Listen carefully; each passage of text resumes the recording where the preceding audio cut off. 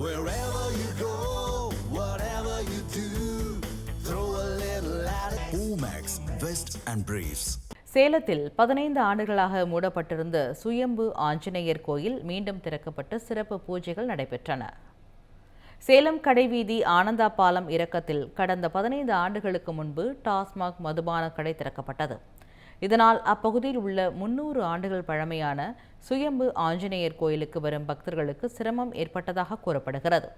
இதையடுத்து கோயில் மூடப்பட்டதாக சொல்லப்படுகிறது. இந்நிலையில் கோயிலுக்கு அருகில் செயல்பட்டு வந்த மதுபான கடை கடந்த 10 நாட்களுக்கு முன்பு மூடப்பட்டது. இதனைத் தொடர்ந்து சுயம்பு ஆஞ்சநேயர் கோயில் மீண்டும் திறக்கப்பட்டு சிறப்பு அபிஷேகம் மற்றும் பூஜைகள் நடைபெற்றன. இதில் திரளான பக்தர்கள் பங்கேற்று சுவாமி தரிசனம் செய்தனர். மேலும் கோயில் மீண்டும் திறக்கப்பட்டது குறித்தும் பக்தர்கள் தங்கள் மகிழ்ச்சியை வெளிப்படுத்தினர்.